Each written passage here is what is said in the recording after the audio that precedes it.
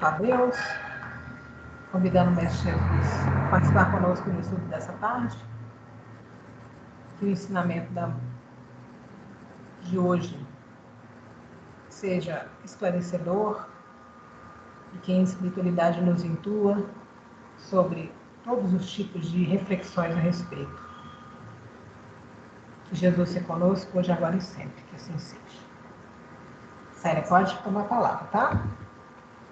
Então, recapitulando aqui um pouco, né? Nós chegamos à conclusão que o paradigma até então em vigor sobre saúde, ele coloca, embora tenha mostrado utilidade para melhorar a qualidade de vida das pessoas e impulsionar o progresso das civilizações, é extremamente limitado para equacionar os grandes problemas humanos e oferecer ao homem a verdadeira saúde e a possibilidade de ser feliz. Então, foi a conclusão que chegou essa parte do livro, né? E a gente tinha entrado nos novos paradigmas, que ele faz aquela recapitulação em relação ao desenvolvimento contínuo da ciência, né? Que ela não vem de uma vez só, que vai gradativo, vai engrossando esse conhecimento até chegar no que a gente tem hoje como uns conhecimentos que a gente considera como científicos, né? Ele coloca assim, conhecimento científico, de certa forma, é contínuo e se caracteriza por saltos e rupturas mais ou menos acentuadas que preparam o terreno para a mudança, né? Então, aquilo que eu acabei de falar. O conhecimento, ele vai um cientista reforça ou derroga o que o outro falou, e essas misturas de conhecimento, em certos momentos, ela tem, algum deles consegue compilar e dar uma informação que muda, né? A gente está vendo isso hoje com a física, né? Está bem nítido para a gente. Aí ele coloca aqui a respeito do Maxwell, que em 1869 afirmou nascer as ondulações de luz de um campo magnético associado a um campo elétrico. Quer dizer, o campo elétrico, o campo magnético, ele emite uma certa vibração, e essa vibração ela tem uma frequência, e essa frequência emite uma luminosidade, né? E aqui a gente falou, nós já vimos isso no estudo do outro livro, mas aqui mostrando as variações dos espectros de luz, né? Que aqui tem todas as frequências, e essa menorzinha aqui, ó, essa aqui está bem aqui no meio, que é a luz visível ao olho humano, né? Então, olha, você vê, a gente olha aqui que é uma ínfima parte, né? De tudo, né? Então, a gente tem as frequências mais baixas e as frequências mais altas, apesar da gente não captar com o olho humano, mas a gente tem a utilidade hoje no nosso campo, né? E aqui tem várias possibilidades, né? Mas que a gente só enxerga aquele espectro muito pequenininho que está ali, né? Então, assim, nem tudo que a gente não enxerga, não é porque não enxerga, porque não existe, né? Existe, né? Ele fala sobre o conceito de campo magnético, levou às novas investigações. Aí ele coloca que Hertz trouxe a existência das ondas elétricas. E Plankton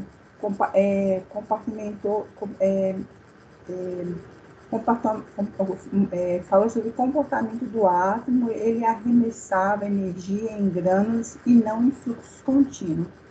E com essa brincadeira toda, a gente tem a tabela periódica, né? Que é a classificação dos átomos, aí tem a questão de massa, o peso atômico, né? Classificação de todos os elementos que a gente conhece nesse universo que a gente habita, né? Existem muito mais elementos, mas a gente está só aqui, conhece só essa tabela aqui, né? Aí ele coloca aqui bordas e órbitas ao redor do núcleo, né? Que é isso aqui também que a gente vê, ó. E eles mostraram que o elétron salta de uma camada para a outra, liberando energia, que são raios luminosos. nas camadas mais externas. Quando ele vai para uma camada mais interna, foi o raio-x que a gente descobriu. E isso aqui é um quadrinho que eu trouxe para ilustrar, né? As camadas das órbitas, cada camada tem que ter uma quantidade X de elétrons nessas camadas. Quando essa camada está cheia, o átomo está saturado, né? Então, a gente tem aqui várias classificações, que é aquela tabela periódica de trás, mostrando aqui a quantidade de elétrons que tem em cada camada. Isso tudo que ele trouxe para mostrar o quê? Que é um contínuo, né, do conhecimento. Ele coloca aqui, Jean Perry descobriu o eletroscópio. O Thomson determinou a massa do elétron. O Henri Becquerel e o casal Corrier descobriu a radioatividade. O Rutherford dividiu o núcleo atômico, surgiu a física quântica. Então, a gente vai percebendo, eu não coloquei datas, porque o livro não mostra datas, mas a gente vai vendo que um colabora com o conhecimento do outro, né?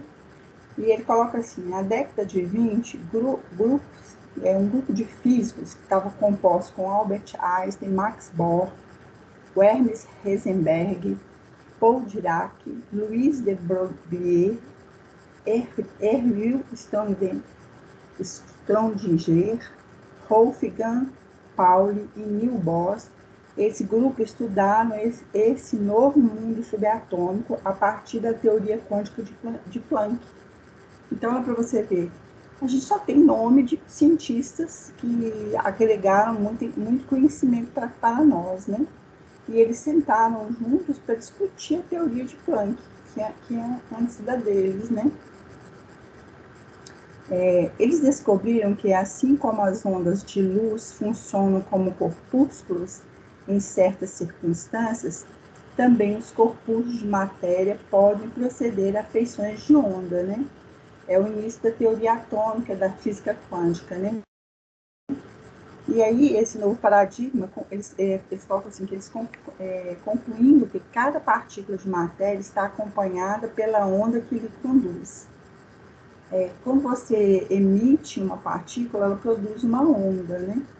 E essa onda, ela caminha. Hoje a gente sabe, pelo espiritismo, que ela caminha no fluido cósmico universal, que a ciência hoje está chamando de massa escura, né? Einstein descobriu os fótons, né, que são feixes de luz. A energia, ao se condensar, surge como matéria. Quando eu fiz segundo grau, eu tinha um desenho muito interessante, que era um bonequinho empurrando uma parede. E do outro lado da parede tinha um monte de elétrons se debatendo na parede, naquele espaço lá. E aí, quanto mais ele empurrava uma parede contra a outra, menor seria o movimento. Então, surge a condensação da matéria que a gente conhece. Quanto menos, mais espaço tinha, mais sutil a matéria é. Então, eu achei isso aqui muito interessante, assim, a energia é igual à massa multiplicada pelo quadrado da velocidade da luz, que é essa fórmula aqui, né? Então, a gente sabe assim, a transformação da massa de um objeto em energia e vice-versa. Olha o achado aqui, né?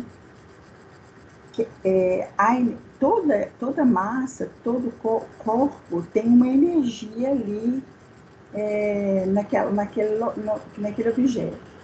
E eu olhei aqui que o corpo humano em repouso, ele produz uma energia de 100 watts. E pode acender uma lâmpada, né? E quando ele está em exercício, atividade física mais intensa, ele pode emitir 1000 watts. Eu vi outro dia o William falando no estudo nosso, na quarta-feira. Acho que foi o Ezequiel que falou que o corpo humano ele pode produzir uma quantidade de energia tão grande que ele pode manter uma cidade funcionando, né? Tá aqui na teoria de Einstein, né? Aqui, ó, mostrando isso aqui. que a massa ela se transforma em energia, né? Que é uma energia condensada. Então, imagina a quantidade de energia que a gente tem no corpo humano.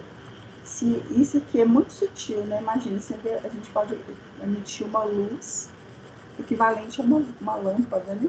Que ilumina a casa da gente se a gente estiver em repouso, né? E eu pensei assim, essa teoria, ela nos remete a essa questão de você usar o potencial energético que você tem no seu organismo, porque se a massa é um objeto em energia, a massa pode se transformar em energia e a energia pode se transformar numa massa. Para mim aí está como é que fala? O lance, a questão de você conseguir se curar, né? Se tratar, usar essa questão aí da energia condensada que está no nosso corpo, né? Eles comprovaram que os fatos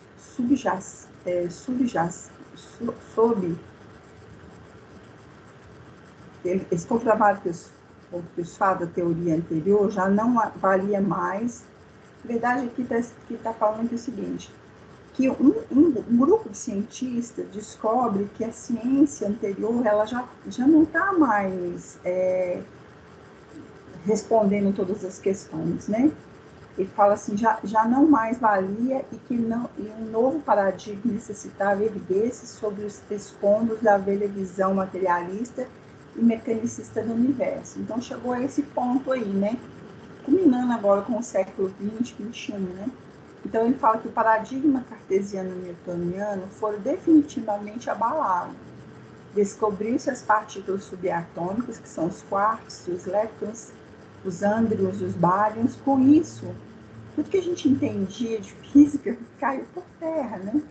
Então, ele coloca aqui assim no livro, que necessitava de mudar esses padrões, que eles já não respondem tudo mais, né? Ele fala assim que a matriz não existem entidades distintas e nem blocos de construções básicas. Só existe um fluxo de energia apresentado a certos padrões bem definidos. Isso aqui dá para fazer uma aula, né? Ele fala assim que o que existe são fluxos de energia, né? Quando a gente pega lá um átomo lá mais simples, que é o do hidrogênio, né? Que aquilo ali é energia pura, né? E que a agregação entre as partículas subatômicas é uma força que faz aquilo ali. E ele fala assim que por meio de uma rede infinita de interconexões, essas partículas subatômicas estruturam a matéria. Então, a coisa é muito mais bela do que a gente pensa, né? E aqui ele traz um enxerto do André Luiz, que ele fala assim, o mundo material como que desapareceu, dando lugar a tecido vasto de corpúsculos em movimento, arrastando turbilhões de ondas em frequências inumeráveis, cruzando-se em todas as direções sem se misturarem. Então, aí a gente começa a entender o que é espírito, né? Que é uma energia, né? Se a matéria é energia, o espírito é uma energia, né? Aí ele coloca assim, como conciliar esse novo paradigma quântico relativista com as concepções de saúde, doença, homem, vida e morte predominante nos ambientes científicos da nossa sociedade atual? Eram baseadas no paradigma mecanicista e materialista. Como conceber um homem material se matéria e energia são estados distintos que definem uma mesma substância primordial? Quais motivos a medicina insiste em vedar os próprios olhos diante de novas descobertas que derrubaram essa teoria antiga? O esforço no campo da fisiologia, anatomia, patologia, microbiologia, genética e tantas outras áreas do conhecimento médico atual não devem ser desmerecidos. Já não basta apenas estes conhecimentos para explicar o fenômeno da vida, o que é, o porquê e para que das doenças, nem para explicar o que seja saúde. Então, nós chegamos num ponto que a gente começa a questionar esses paradigmas que a gente tinha como sólidos até então, né? Será que permaneceremos cegos e anestesiados enquanto o mundo lá fora se contorce e se revoluciona, tentando assimilar os novos paradigmas? Conceitos orientais e ocidentais do homem, né, que a gente tem uma filosofia no Ocidente muito materialista, e a do Oriente é mais espiritualista, que precisa de fazer essa mistura, né, esse casamento aí, né? E aí a gente vê que a doutrina espírita, ela tem um misto de ciência, de filosofia e de religião, para esclarecer aspectos nebulosos da existência humana. Aí a gente entra no paradigma espírita, né? Aí ele faz uma recapitulação novamente de alguns pontos importantes nesse processo de conhecimento científico. Ele fala assim que Zaratustra, ele fala assim, 3 metamorfoses espíritas nos mencionam, como o espírito se transforma em camelo, e o camelo em leão, e o leão, por fim, em criança. Aí ele explica essa analogia que ele está falando, esse simbolismo. Ele fala assim, simbolizar o estado de reverência e de fé no ideal, onde predomina a tradição e a paciência. O estágio de fragmentação da fé, a época do pensamento livre com a passagem do niilismo de Nietzsche. E o terceiro estágio, a busca pela superação do niilismo, a época em que se afirma uma nova fé. Ele deu uma filosofada boa aqui, né? Aí, eu procurei lá para saber lá o que é niilismo, né? Niilismo de Nietzsche é o quê? A palavra niilismo significa a negação da vida, uma atitude passiva diante da obscuridade da vida. É a morte de Deus, né? E aí, Nietzsche fala assim, é alguém que encara a vida com indiferença. É um processo e não uma escolha. Aí Nietzsche viu no niilismo uma oportunidade para a reavaliação e criação de novos paradigmas. O niilismo ele pode ser positivo ou negativo. E o niilismo positivo ele busca criar novos significados e valores. Então isso é interessante, né? Porque você começa a questionar as coisas que estão aí hoje no dia a dia, se isso realmente é o certo, né? A ciência, de certa forma, percorre esse caminho de questionamento, né? A mistura de ciência e fé, eivada de misticismo, dogmas e mistérios, contrariando a razão. Isso aqui foi o início, né? Que a ciência estava muito voltada para a questão mística, né? Depois, todas essas verdades são contestadas, assumindo-se uma postura crítica, positivista, materialista e objetiva, que é o método científico, que nega-se a realidade do espírito. E agora, no momento atual, a gente tem a redescoberta do espírito, em que a fé brilha novamente sobre os alicerces da razão, que é a fase atual. Então, ele está comparando essa proposta que é atrás do Zaratustra, né? Com o desenrolar do conhecimento da ciência, né? E ele coloca que Nietzsche teve uma grande importância nessa fase intermediária, porque a gente pensa que o niilismo é uma coisa ruim, mas né, se você está pensando no niilismo no lado positivo, ele é uma grande alavanca para as pessoas questionarem o que está acontecendo no dia a dia, se aquilo ali é realmente que é o certo, né? Se há alguma forma de fazer melhor, né? Voltando aqui. Aí ele coloca assim, ele joga uma frase de Jesus que está lá em Mateus, ele fala assim, deixar vir a minhas criancinhas e não as impeçais, porque o reino do céu é para aqueles que eles assemelham. Digo-vos em verdade que aquele que não recebe o reino de Deus como uma criança, nele não entrará. Então, o que essa passagem aqui dá um dia de estudo, né? Sucintamente, o que significa a interpretação dela, né? Então, a simplicidade da fé, a humildade e pureza, deixar de lado os preconceitos e preocupações, deixar a mente aberta, nos tornarmos mais abertos e receptivos às novas verdades.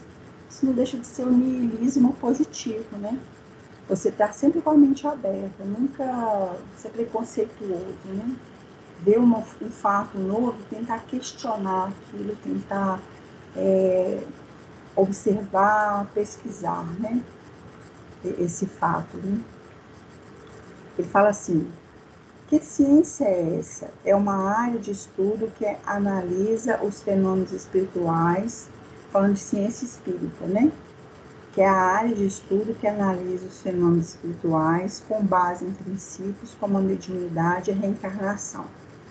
Aí ele vem citar Leon Denis, no livro No Invisível, ele fala assim: a ciência não é mais que o conjunto das concepções de um século, que a ciência do século seguinte ultrapassa e submerge.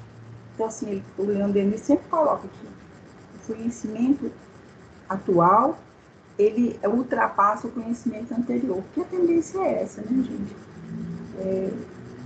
Você vai adquirindo conhecimentos que vai ampliando a sua percepção. Eu sempre faço um paralelo com a criança, né? Você primeiro alfabetiza, depois você ensina ela a somar e dividir, depois você ensina a multiplicar e subtrair, somar e subtrair, depois multiplicar e dividir, e aí você vai ampliando o leque desses conhecimentos para a criança, para ela ter mais ferramentas, né?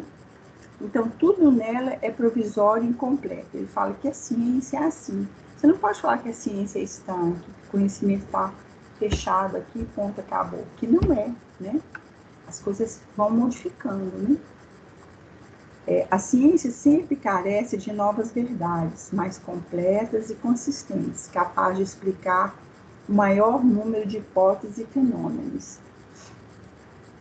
Está em constante mudança, destruindo paradigmas para que outros surjam, sendo capazes de garantir por mais algum tempo a sobrevivência das ideias por eles defendidas.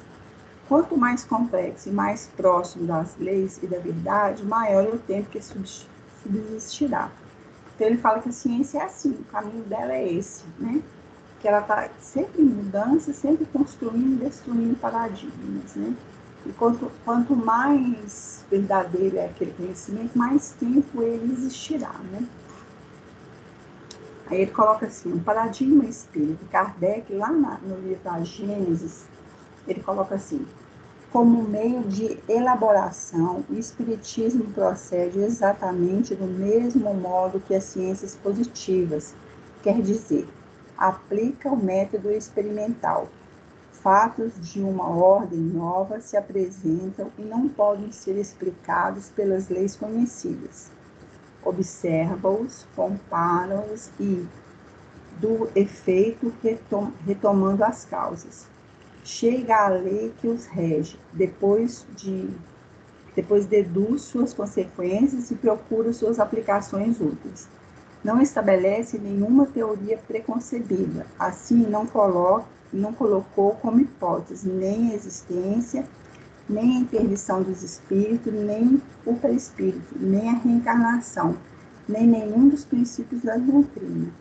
Concluiu da existência dos espíritos quando essa existência se deduziu com evidência da observação dos fatos e assim dos outros princípios. Então, a ciência espírita, ela procura observar, né? Tirar conclusões, ver os efeitos, remontar as causas daqueles efeitos e chegar a um consenso, né? É um conceito. Não é uma coisa assim da cabeça de alguém, né? Até que a gente foi. Esse negócio que você está falando é interessante, que às vezes muitas pessoas tentam, né, refutar a ciência espírita, mas às vezes eles esquecem que para discordar, eu tenho que conhecer um pouco. Tem que conhecer um pouco, não. Eu tenho que estudar a ciência espírita para entender. E poder criticar ou não, entendeu? Porque a ciência do espiritismo, assim como as outras ciências também, né? Se você tentar criticar ou falar qualquer coisa, você tem que estudar aquela ciência. É, E as pessoas esquecem que o espiritismo é uma ciência da alma, né? E às vezes o pessoal tenta utilizar de outras ciências para tentar explicar o espiritismo, aí não vai dar certo. na verdade, a gente tem um livrinho, né, que é o que é o Espiritismo, né? Que Uhum. Kardec mostra isso, né? Como que você quer refutar uma coisa se você nem conhece, né? Como você vai dizer que aquilo ali não é certo se você não tem nem bases para discutir a respeito daquilo? E ele fala aqui, né, no livro Gênesis, que tudo foi avaliado, observado, né, medido, visto o efeito para remontar a causa daquele efeito e chegar a uma conclusão, né? Ele fala assim: não foram os fatos que vieram confirmar a teoria, mas a teoria que veio subsequentemente explicar e resumir os fatos. Os fatos estão aí, as mesas girantes estavam aí, né? Eu trouxe até várias coisas que eles mostraram aqui para frente. Então, os fatos estavam acontecendo, mas o que era a causa daquilo, né? Aí, com estudo, com observação, você chegou à teoria e explica aqueles fatos que acontecem, né? O espiritismo não é uma ciência de observação e não o produto da imaginação. Qual é a característica e objetivo do estudo da ciência espírita? Ele pergunta aqui no livro, né? Aí Kardec fala assim: do mesmo modo que a ciência, propriamente dita, tem objetivo o estudo das leis do princípio material, o objetivo especial do espiritismo é o conhecimento das leis do princípio espiritual. Ora, como esse último princípio é uma força da natureza que reage incessantemente sobre o princípio material e reciprocamente, disso resulta que o conhecimento de um não pode estar completo sem o conhecimento do outro. Então não adianta você estudar só a questão material. Ai, como foi esse negócio aí? De onde que isso aí? Que veio, né? Aí ele fala assim: o espiritismo e a ciência se completam um pelo outro. A ciência sem o espiritismo se encontra na impossibilidade de explicar certos fenômenos unicamente pelas leis da matéria. O espiritismo sem a ciência lhe faltaria apoio e controle. Então, já vi quase direto, né? Um tem um dá o suporte para o outro. A gente fala de religião, né, e ciência, né? Que a gente confunde, né, essa parte religiosa, espiritual, né, com a parte científica. Um sem o outro fica faltando alguma coisa, né? Aí ele coloca assim: onde os fatos que corroboram essas afirmações? Como podemos estabelecer um paradigma sem comprovação? Não é nosso objetivo descrever a visão espírita da saúde? É necessário que nossas definições se apoiem em bases sólidas de conhecimento. Como o espiritismo experimental alcançou êxito na comprovação da existência do espírito, do perispírito, do fluido vital da reencarnação e, sobretudo, da lei de causa e efeito, não foi por acaso, foi através de observações, de conhecimento, de experimentação, né? De muita análise, não foi de um dia para o outro, que tudo tem uma base sólida com relação a isso, né? Leon Denis, ainda lá no livro No Invisível, ele coloca assim: as aparições materialistas têm sido fotografadas em presença de numerosos testemunhos. O espírito de Kate Kim, as mãos e os pés, os moldes, aí, a materialização desse espírito. Então, ele conta vários casos, né? Quem já não viu, né? Aquele pé materializado, a mão, uma flor, né? E ele fala assim: movimento de corpos pesados, transporte de objetos diversos, a escrita direta, todos atestam a existência de uma força de caráter inteligente, estranha ao meio, aos experimentadores e testemunhas, capaz de atuar sobre a matéria por intermédio da força nervosa do médium, um fluido animal chamado ectoplasma. E aí ele fala também dos fenômenos de incorporação. Então, tudo isso aí veio corroborar, né? Então, aqui, ó, isso aqui foi uma fotografia de um espírito, isso é antigo, né? Não tá vendo as roupas do pessoal, né?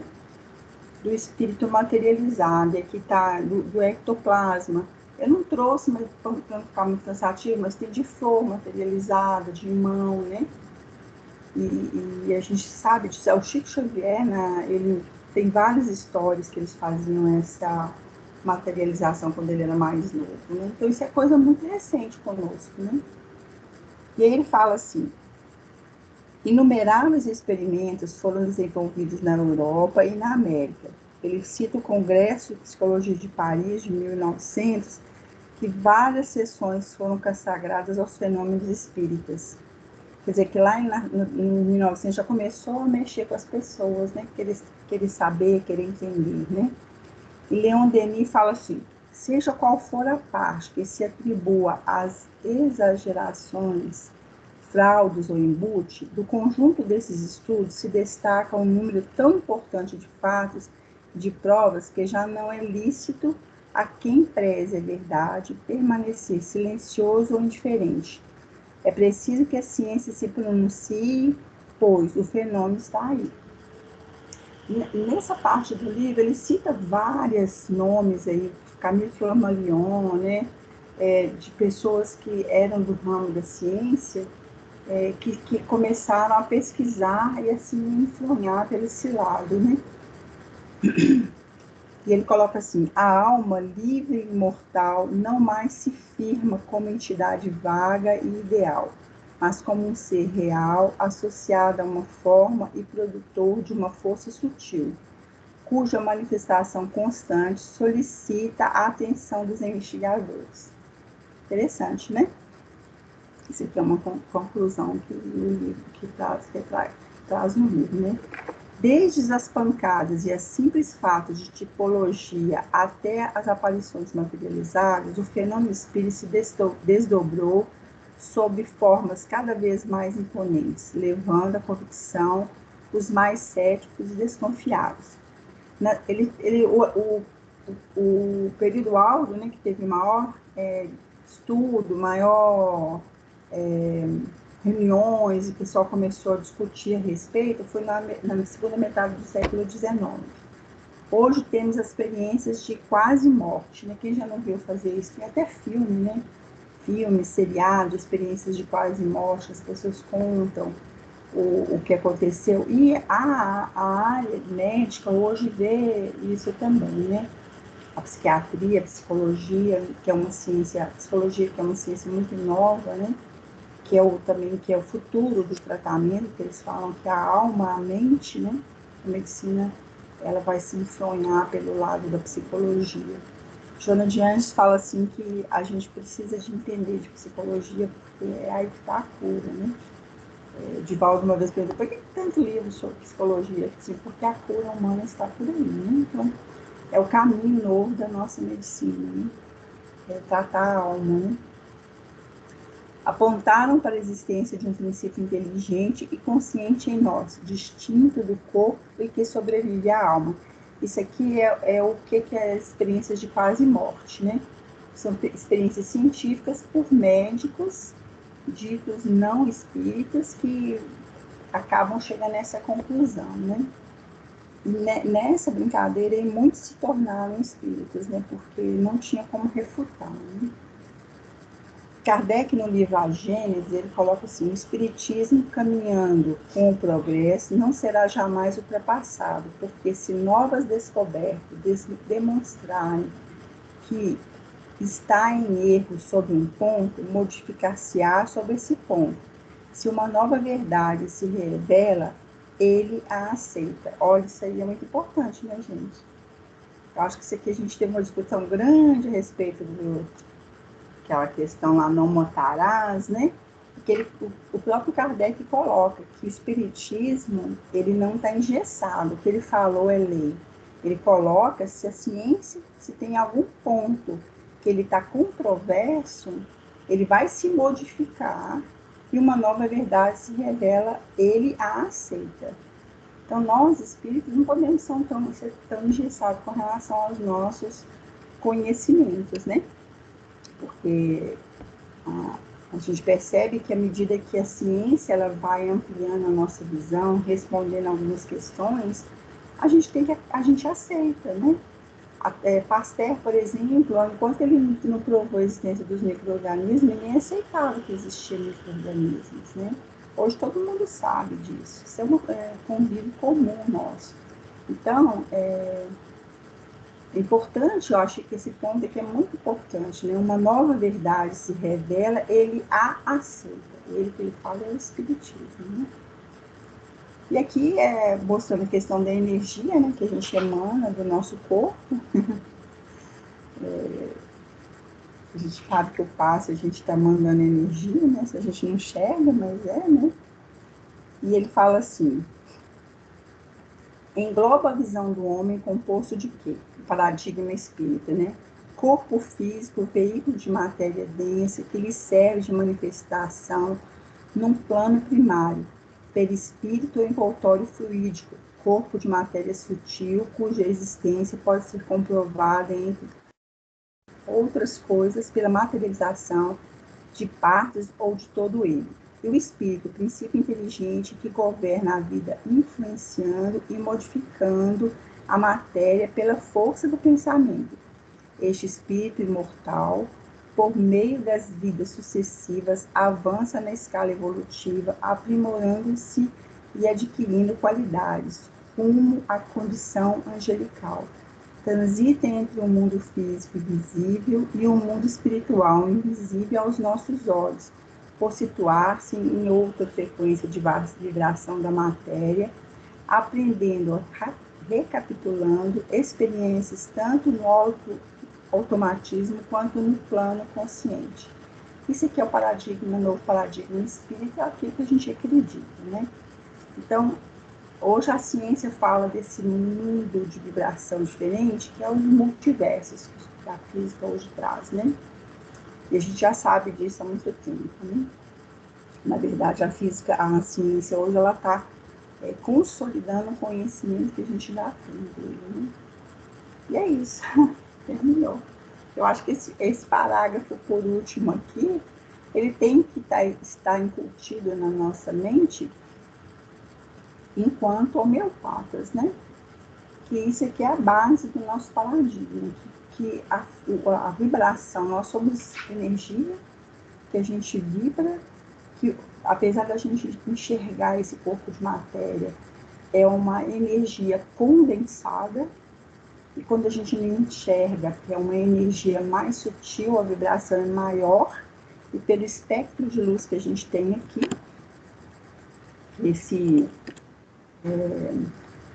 a gente viu isso lá muito bem no outro estudo com o Mauro, né? Ele trouxe isso muito bem para nós, que a gente só enxerga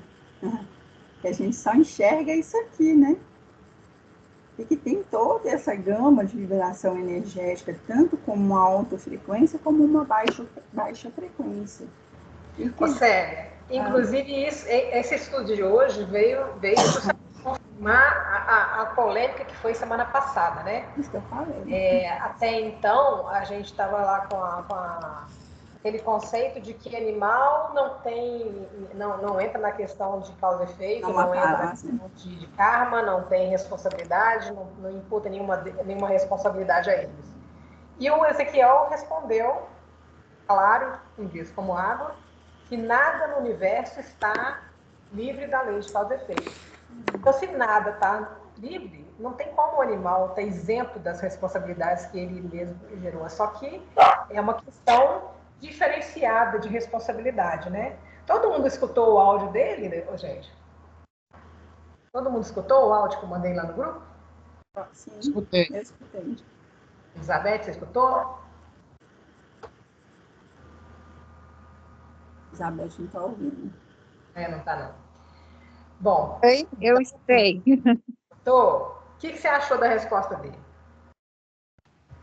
Ai, Aline, aquilo que eu estava te falando, né? Quando a gente pensa assim em causa e efeito, a gente logo pensa em sofrimento, né? Eu tenho que pagar por alguma coisa. E, assim, a causa e efeito é um aprendizado, né? Então, eu, assim, peguei muito nesse ponto, sabe? De aprendizado mesmo. E não tem sentido o homem fazer parte, ter causa e efeito, né? Estar sujeito a causa e efeito, e a natureza não está, né?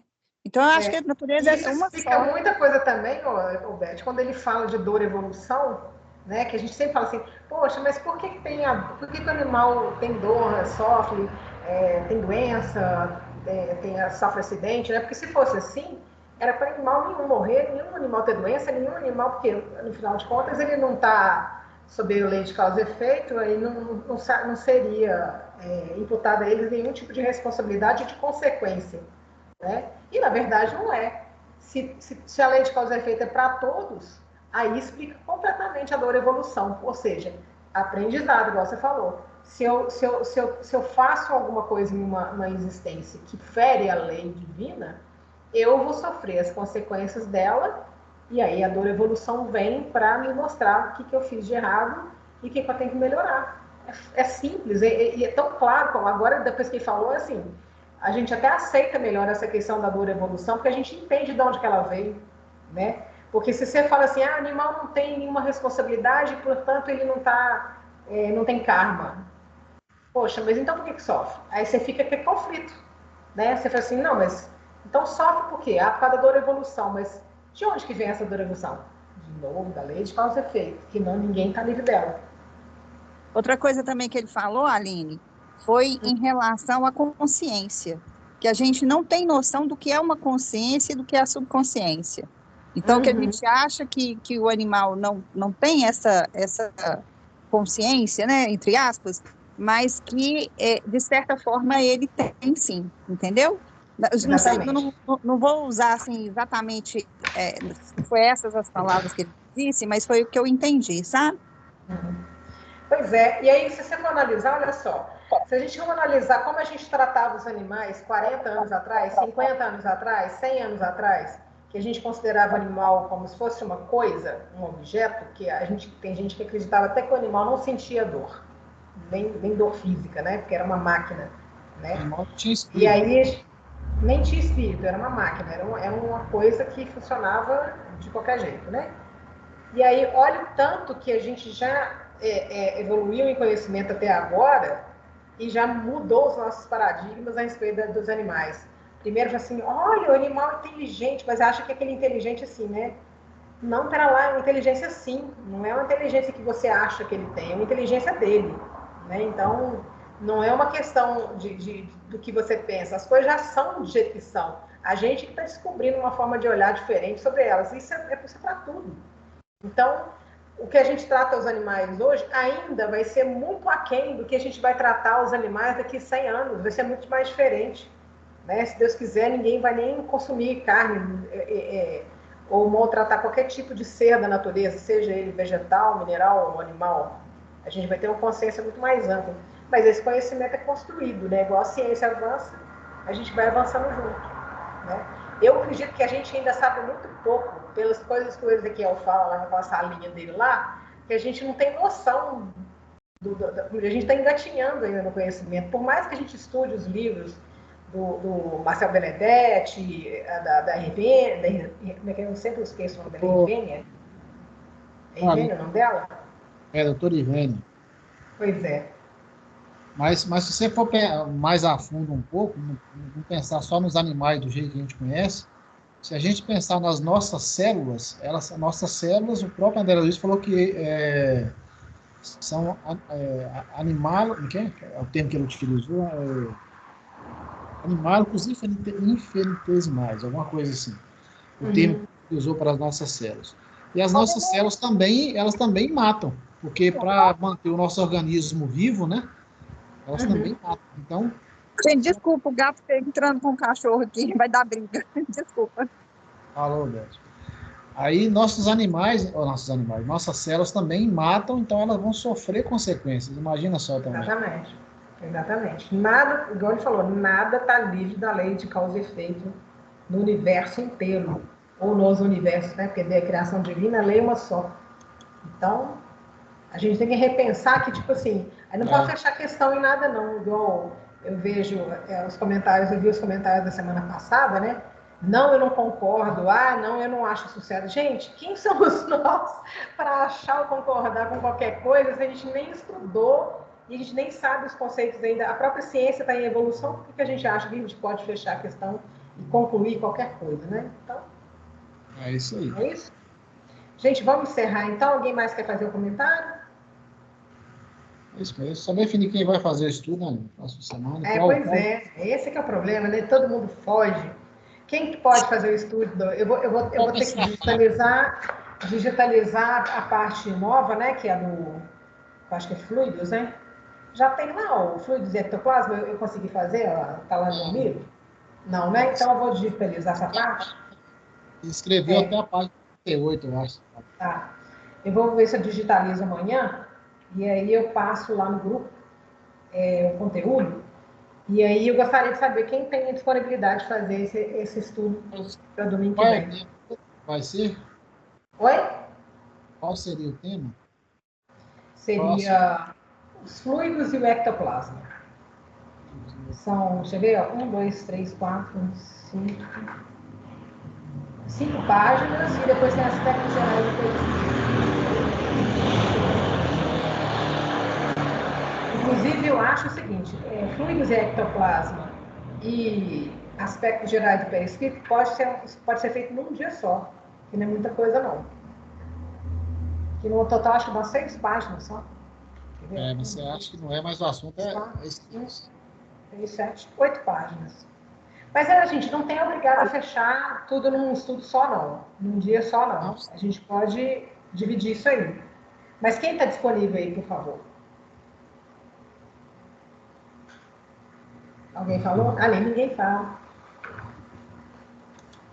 Difícil, né? Willy, que eu sei que você está super mega ocupado. Então, eu vou te liberar, porque eu sei tanto que você está agarrado. Então, eu vou jogar lá no grupo e eu vou meio que nomear o povo. Vou fazer, Aline. Vai fazer, Elizabeth? Aê, campeã. Vou. Isso mesmo. Então, eu vou passar para você o conteúdo essa semana, até amanhã no máximo, tá? E aí, ele não está ouvindo. Eu me oferecer, tá, gente?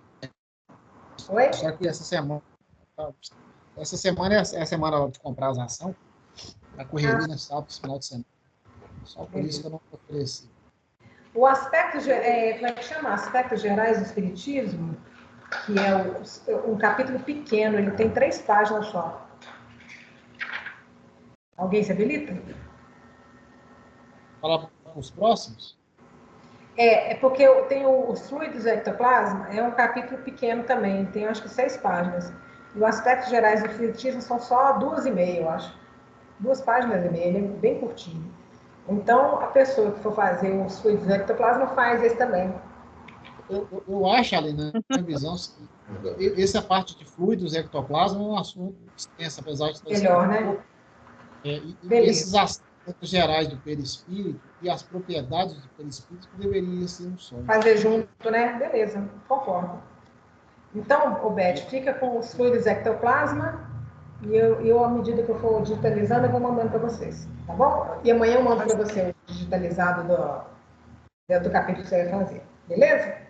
Então, vamos encerrar com a prece. Vou pedir para o Edésio fazer a prece para a gente e a gente encerra, senão a gente avança no estudo do outro estudo.